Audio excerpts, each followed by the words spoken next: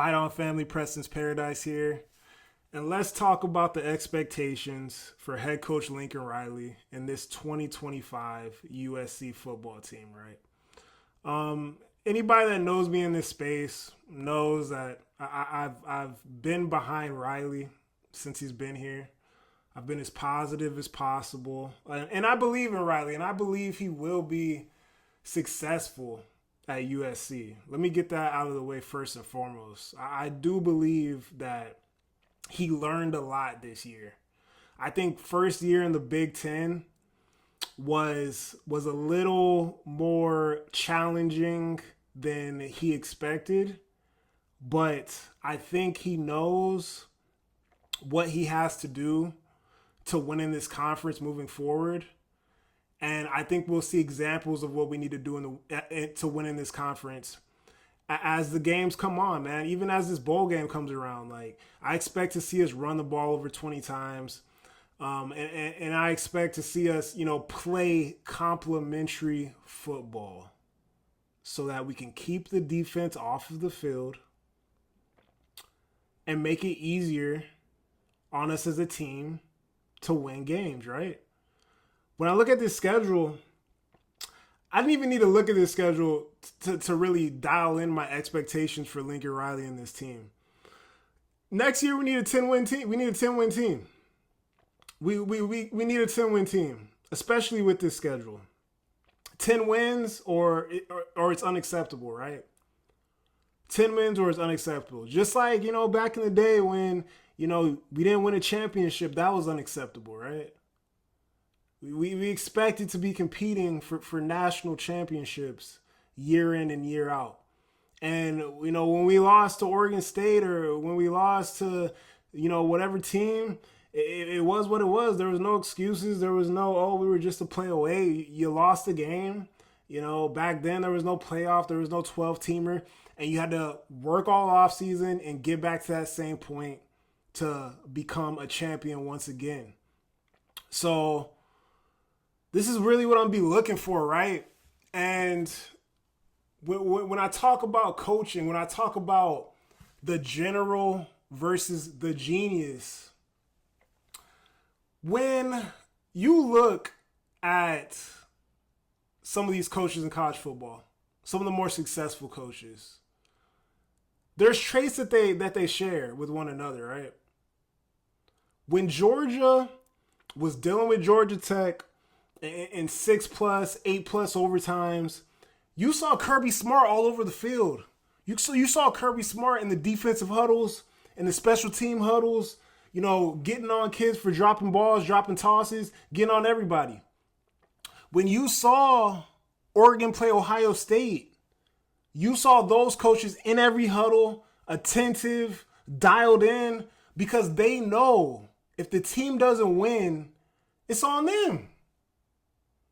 Nobody's going to look at the OC or the DC and say, oh, this guy lost the game, this guy needs to be fired. They're looking at the leader. They're looking at the captain of the ship. So that's why you have to look like you're making an effort in every single way. Across the board.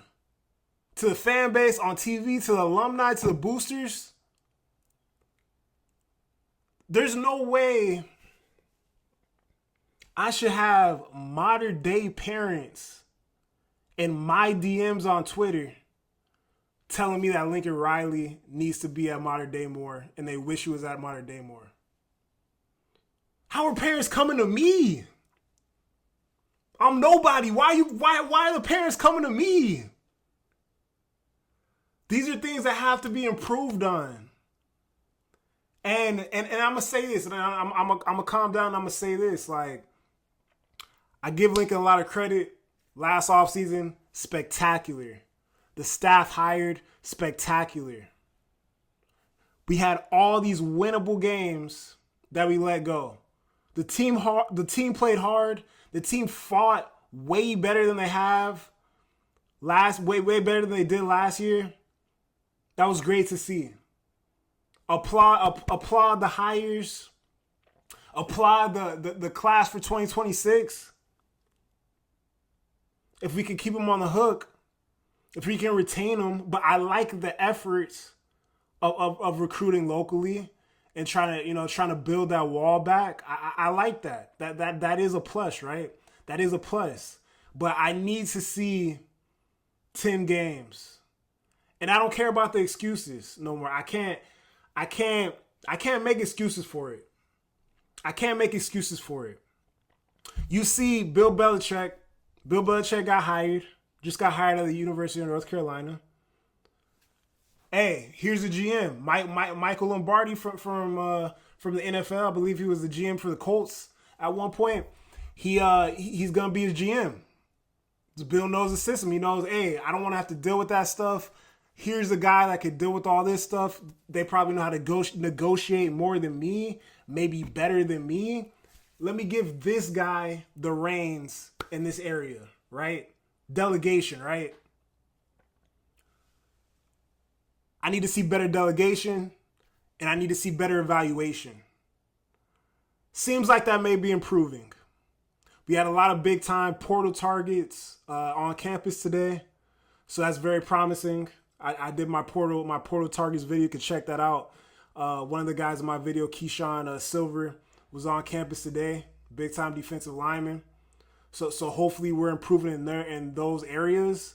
But evaluation, organization, and delegation, right? These are the things that you have to improve on as a coach, right? To be successful.